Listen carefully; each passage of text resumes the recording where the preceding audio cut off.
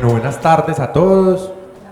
Muchas gracias por acompañarnos. Continuamos con los conversatorios de Secretos para Contar. Hoy tenemos el placer de contar con la presencia de Nicolás Loaiza Díaz, gran amigo, director del Instituto Colombiano de Antropología e Historia. Con él queremos conversar alrededor de las plantas útiles de Colombia, pero sobre todo de este libro del cual hizo parte del equipo productor que se llama Del campo a la mesa. Un libro que nos habla de alimentos de Colombia y sus diferentes maneras de prepararlo.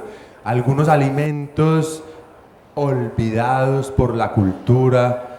Y bueno, Nico, bienvenido a este espacio, aquí en el marco de la Feria de las Flores, Florecer. Quisiera que empezáramos conversando un poquito sobre tu historia de vida. ¿Cómo o por qué, cómo llegaste a lo que eres hoy? ¿Cómo llegaste? ¿Cómo fue tu historia? ¿Por qué te encarretaste con la antropología, con la arqueología? Qué bueno contarnos de eso porque además no sabemos mucho del tema. Es con el micrófono. Gracias Juanlu y muchas gracias a la Fundación Secretos para Contar por esta invitación. Muchas gracias a las personas que nos acompañan y eventualmente al público de las redes. Es una pregunta muy difícil, la verdad. Buenísimo. A mí siempre he sido muy curioso con casi todo y me ha gustado como saber las cosas con la mayor profundidad posible. Yo empecé estudiando antropología un poco de casualidad, estudié en la Universidad de Antioquia y para mí fueron como dos carreras a la vez, porque empecé a estudiar como las clases y desde muy temprano en la carrera empecé a ser el asistente de un profesor que estaba haciendo su tesis doctoral. Y su tesis doctoral era sobre las personas que habían vivido en el territorio que ahora conocemos como Colombia desde hace más o menos 10.000 años hasta hace más o menos 5.000 años. Esas personas fueron de los primeros pobladores del norte de Sudamérica y empezaron a transformar el ambiente en el que vivían. Pues eso era lo que veíamos en esa investigación. Y una de las cosas que más se transformaban eran las plantas y el bosque que habitaban. De hecho, la investigación doctoral de ese profesor se llamó Domesticación del bosque, con otro subtítulo gigante, pero se llamaba Domesticación del bosque. Entonces a mí me dio mucha curiosidad la forma como las personas pues, se vinculan y cómo interactúan con su medio ambiente y lo transforman. Y de esa manera van creando su forma de vida, se convierte como en un sistema que se cambia de lado a lado y se vuelven los dos codependientes. El uno no puede vivir sin el otro. Y es una cosa muy bonita, pues un poquito la forma como yo veo, pues ahora les estaba diciendo que a mí me gusta mucho este jardín botánico porque es un mini bosque tropical en la mitad de una ciudad que tiene un sistema de lagos y lagunas de agua y reproduce muchos medios ambientes. Y nosotros hemos hecho eso en todo el planeta y a mí me parece fascinante. Eso es un poco como llegué a empezar a pensar en las plantas y en la ecología. Oíste, Nico, es que hablas de domesticación de las plantas. Ustedes habían oído hablar de eso, porque no he oído hablar de domesticación de animales, ¿cierto? Pero ¿cómo así que domesticación de las plantas? Si querés nos ampliar un poquito ese término tan bacano. Es súper bueno. Entonces, la domesticación de cualquier cosa, de cualquier especie viva, es básicamente un proceso por el cual los seres humanos interactúan con ella por mucho tiempo y empiezan a cambiar la forma como esas plantas o esos animales se reproducen, los ciclos, exactamente cuándo lo hacen, la comida que comen y van transformándolas. Entonces, por ejemplo, el maíz con el que nos alimentamos hoy en día es el descendiente de una planta que creció en el valle medio del río Balsas en el estado de Guerrero, en México. Gracias. Bueno, se está enfriando el mango, entonces. No, por cosas técnicas. Entonces, la gente lo empezó a utilizar y lo utilizaba seguramente porque porque los granitos servían para utilizar como puestos en agua para fermentar el agua y de esa forma tenían calorías y además podían tener una chicha. El uso de esta planta por muchas generaciones hizo que era como una espiguita parecida a las espiguitas de grama que nosotros cogemos y lo empezaron a utilizar y fueron creciendo los granitos. Pero llegó un punto en que la ramita que uno ve así donde están las semillitas, ya no le cabían más semillitas. Entonces, en el proceso de selección se engrosó esa parte, eso es lo que le decimos la tusa. Y empezaron a haber más líneas en las que cabían más semillitas. Y empezaron a crecer más y más y más. Ese ancestro del maíz se llama teosinte y todavía crece en el valle del río Balsas, en el estado de Guerrero, en México. Y se puede mezclar con el maíz, está como intermitente. Se puede mezclar con el maíz. El proceso de domesticación entonces es un proceso selectivo, en el cual nosotros le vamos imprimiendo ciertas características que nos parecen beneficiosas a nosotros, a las plantas y a los animales. Los animales también son producto de ese proceso de domesticación y así los hemos cambiado por milenios. La domesticación del maíz pasó hace más o menos 9.500 años y en ese tiempo se ha mezclado con otras variedades de maíz, no de maíz exactamente, de plantas familiares a lo largo de las Américas. Y así tenemos muchas variedades, es tal vez la planta con más variedades que hay en el mundo. ¿Cuántas variedades pueden haber de maíz? Que se sepa que no sean mezcladas pues como en laboratorio, bueno, no en laboratorio con gente con bata blanca, sino en ese laboratorio, ¿cierto? Sí. En esos laboratorios que son las parcelas de campesinos y las parcelas de indígenas, en esos laboratorios debe haber más o menos 250 o 270 variedades raizales y de ellas debe haber más o menos 10.500 variedades mezcladas, sin que haya todavía ninguna intervención como puntual genética, pues como que no haya un genetista escogiendo cosas.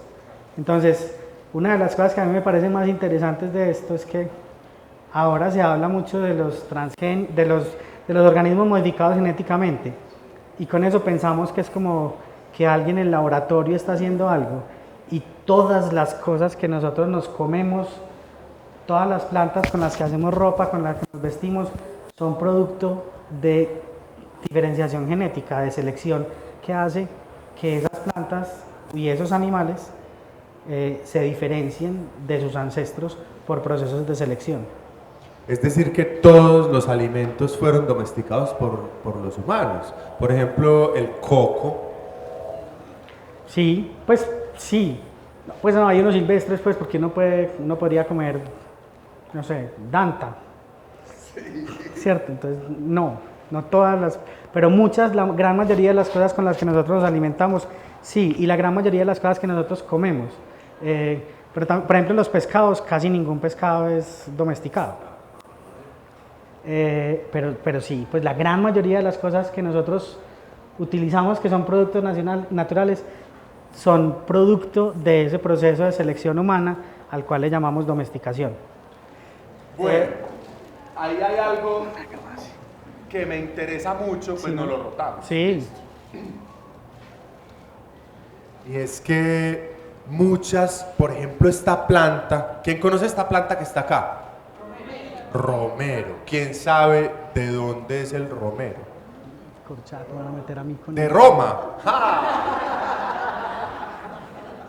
O por allá está el tomillo. ¿Quién sabe de dónde es el tomillo? ¿Alguien sabe? ¿De dónde? ¿De Boyacá? Pero venga, yo le digo una cosa.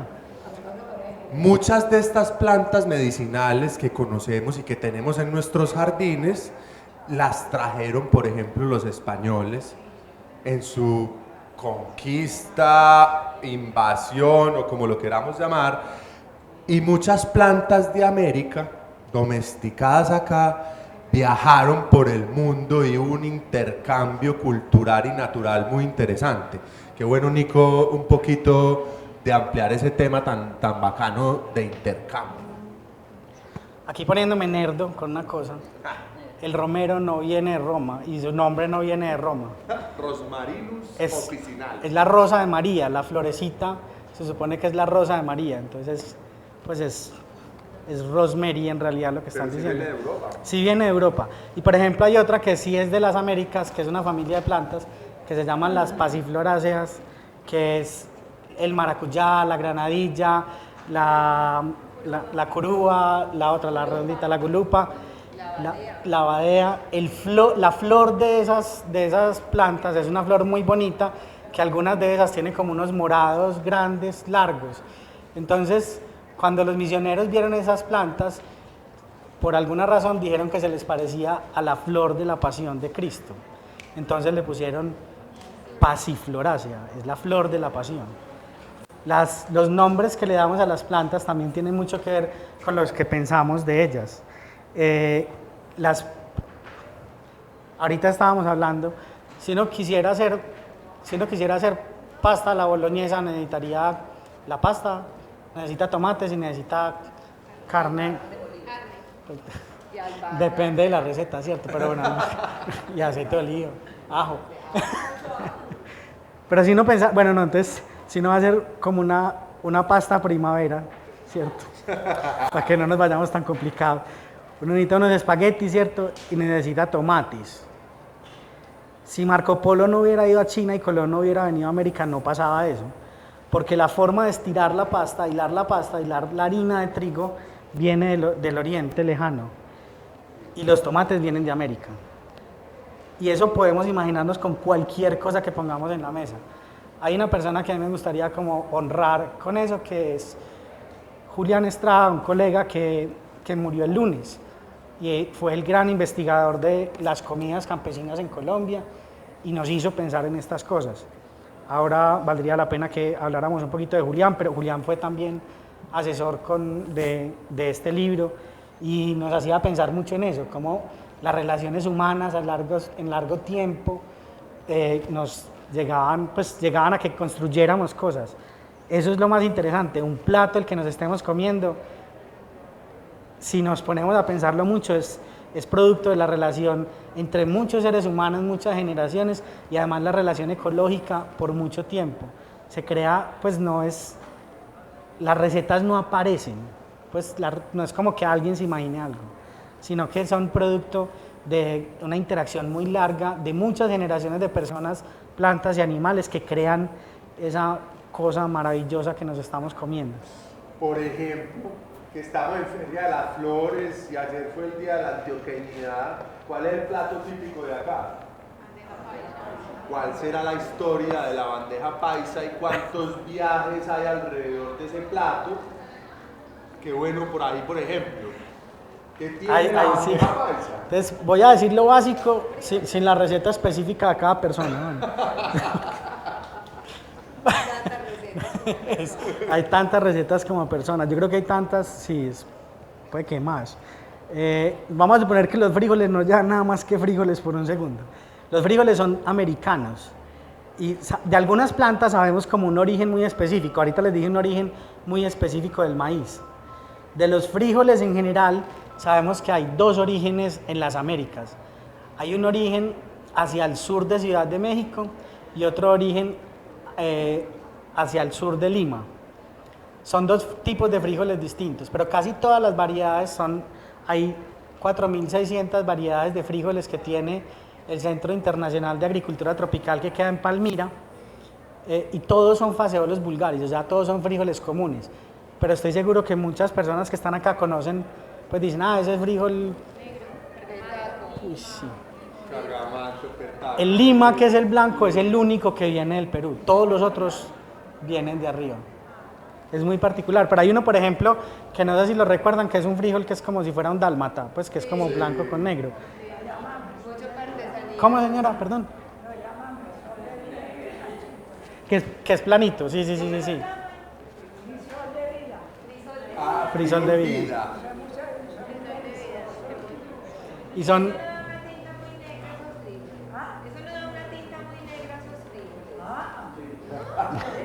Pura vida.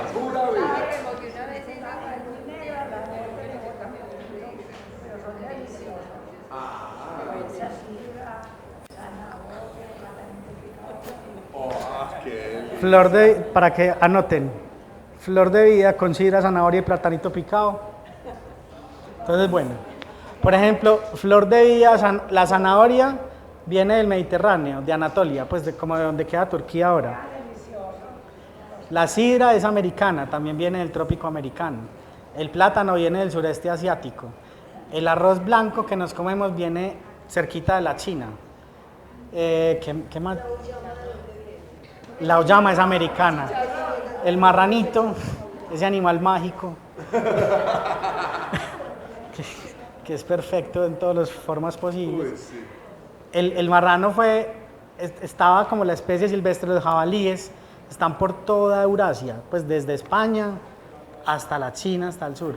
Y en muchas partes distintas se domesticaron, pero se podían mezclar porque eran muy cercanos. Entonces así han ido creando razas distintas.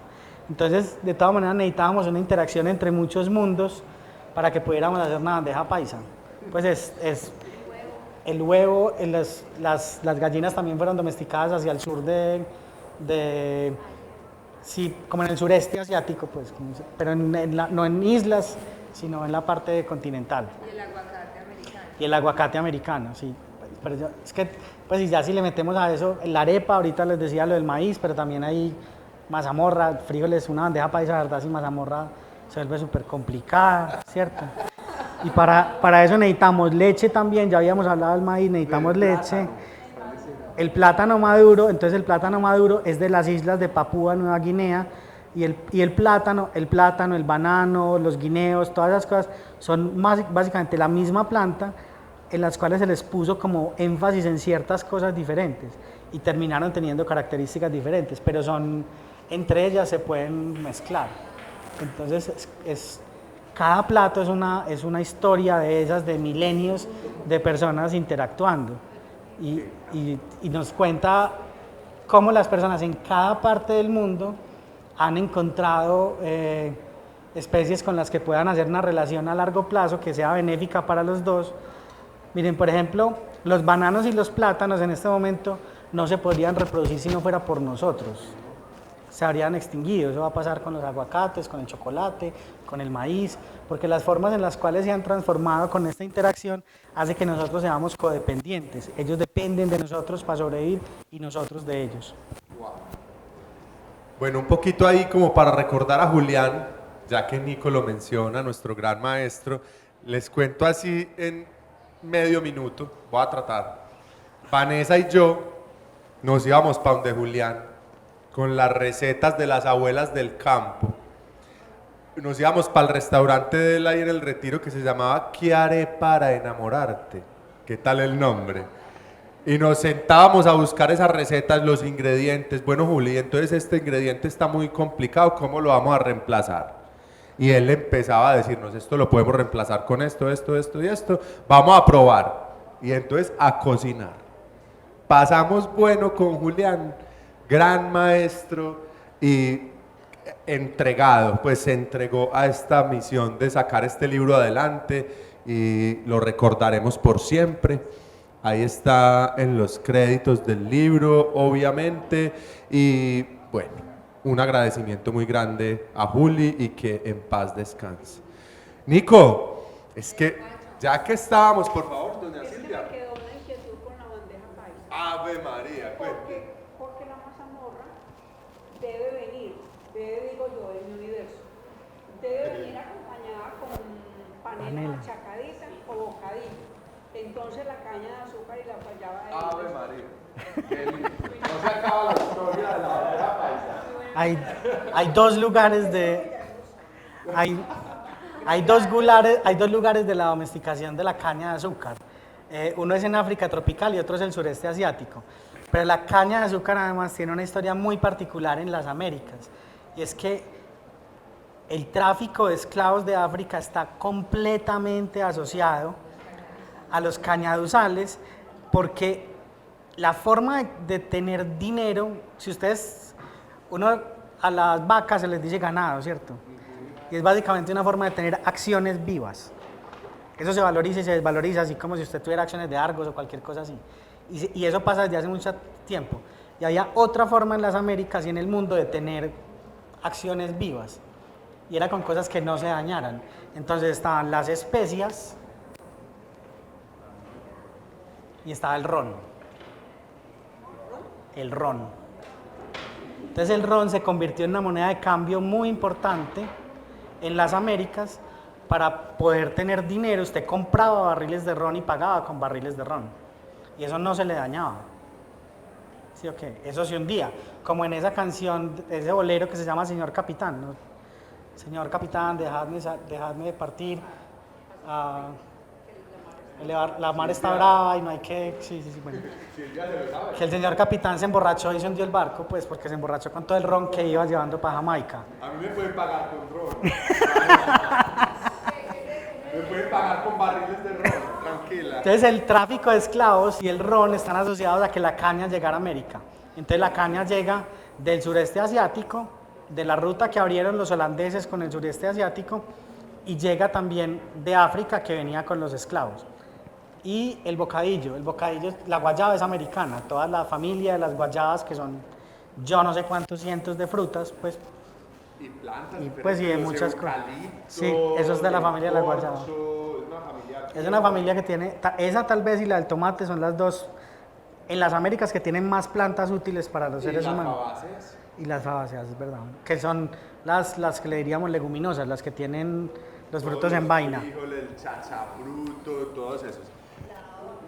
Tú tenías una pregunta, por favor, para que pasemos a un tema que me encanta. Sí, no, mira, tú hablas mucho de las diferentes variaciones de ciertas plantas que dan pues, la comida que comemos hoy en día, pero la tierra de México comparado con Perú, con la de Colombia o de Europa son totalmente diferentes, componentes diferentes. ¿Cómo influye eso a que eso lleve a esas variedades? Que hay una cosa muy bonita, es que las plantas pasan donde pasan, son geográficamente, en antropología les diríamos que son geográficamente contingentes, o sea que son un producto histórico de ese lugar, y esas son las plantas silvestres. En esa interacción que tenemos los seres humanos con ellas las vamos modificando, y hemos aprendido a plantarlas y a crearles ambientes específicos en otros lugares. Entonces, hay un experimento en este momento en la base de la Antártida que planta cosas y allá no crecería nada.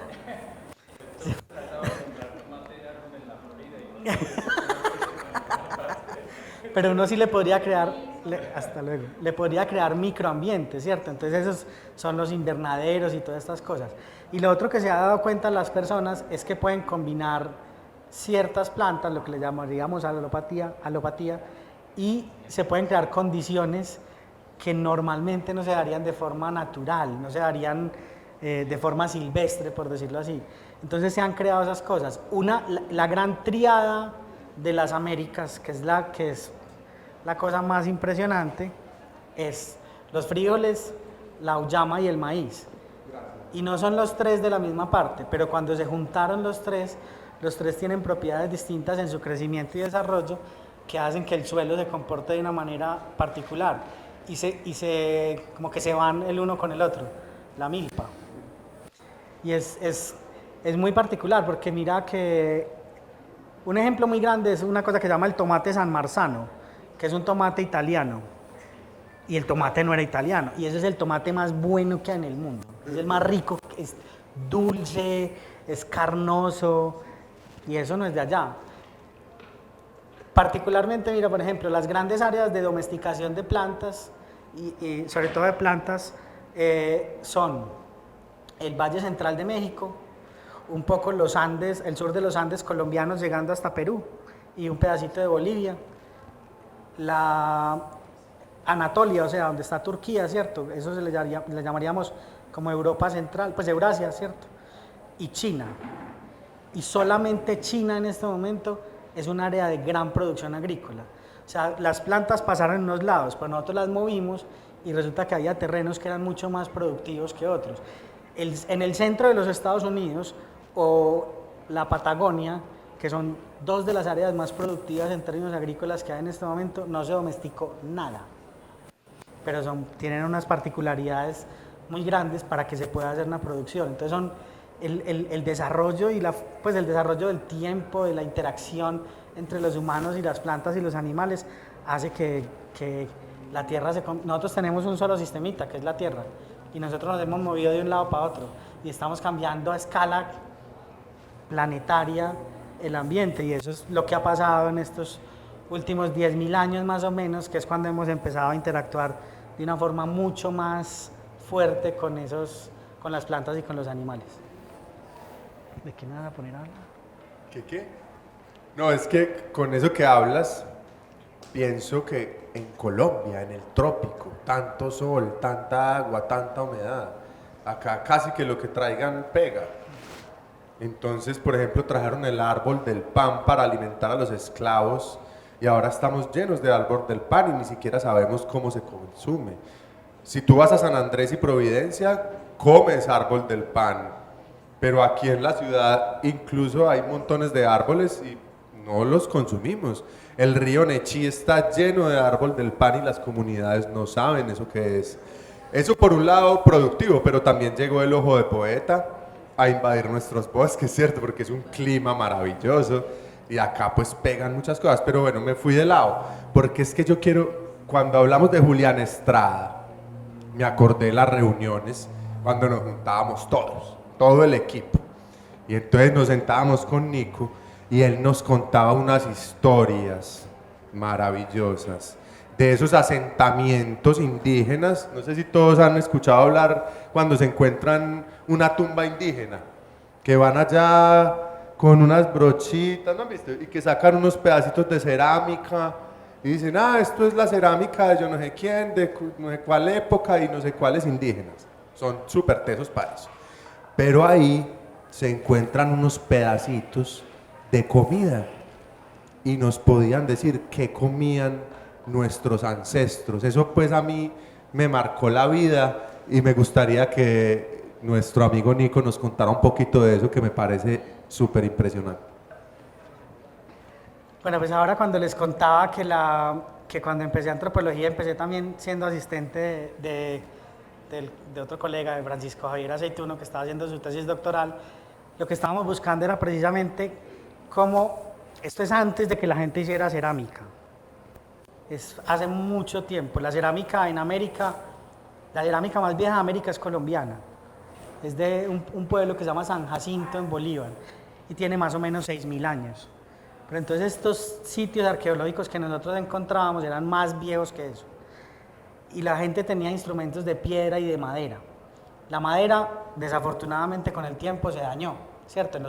En estos bosques tropicales de nosotros el ciclo del carbono es acelerado, entonces la madera circula así como los cuerpos de nosotros eventualmente.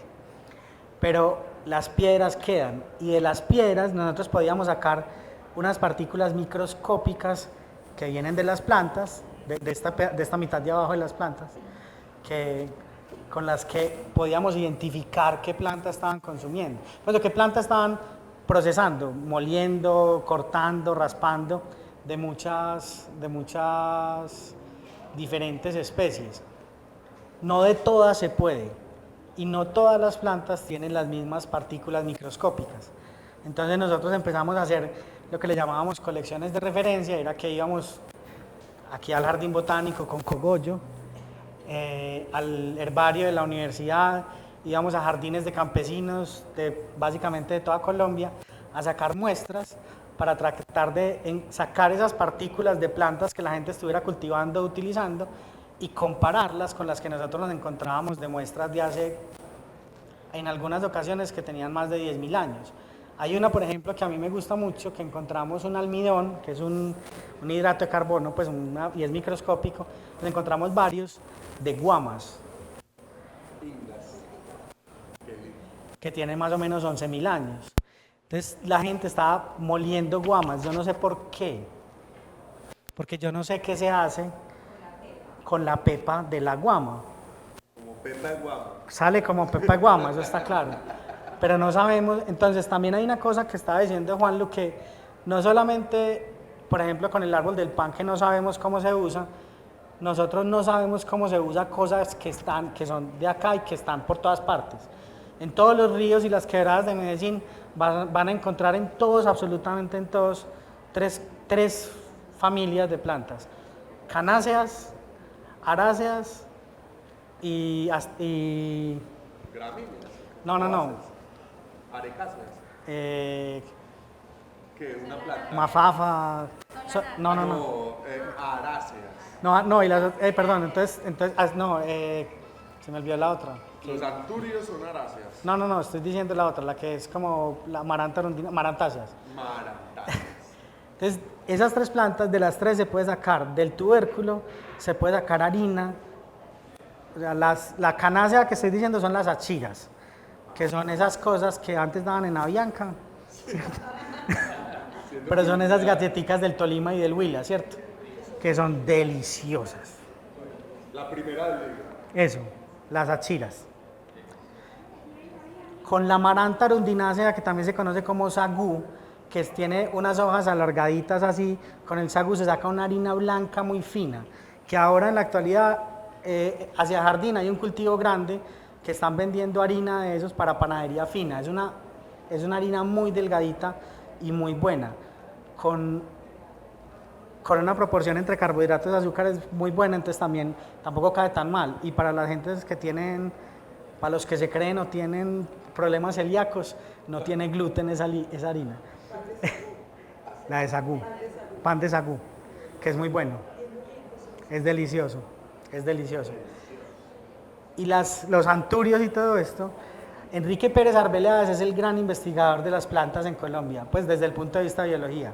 Era un padre que estudió en Alemania, de la tradición de Humboldt, de Mutis, de Caldas, de don Ezequiel Uricoechea y Góngora, que era un gran investigador. El herbario nacional se llama Enrique Pérez Arbeláez, que queda en la Universidad Nacional.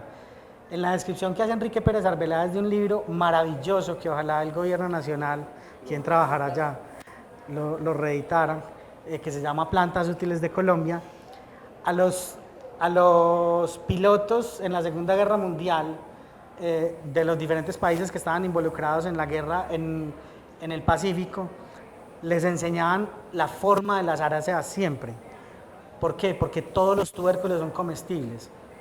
Puede que lo enfermen, entonces lo que le decían es: cocínelo muchas veces y bote el agua, cocínelo muchas veces y bote el agua, porque le quita los ciánidos. Pero usted se puede comer eso. Todos los anturios que tengan tubérculos uno se los puede comer. Pero se puede lavar. Pues la yuca brava es tóxica, pero se puede lavar. Ah, no, claro, no. Pues yo no estoy tampoco diciendo a la gente que vaya a morder cosas en los ríos, pues, no. Traten de no hacer, por favor, no practiquen esto en casa.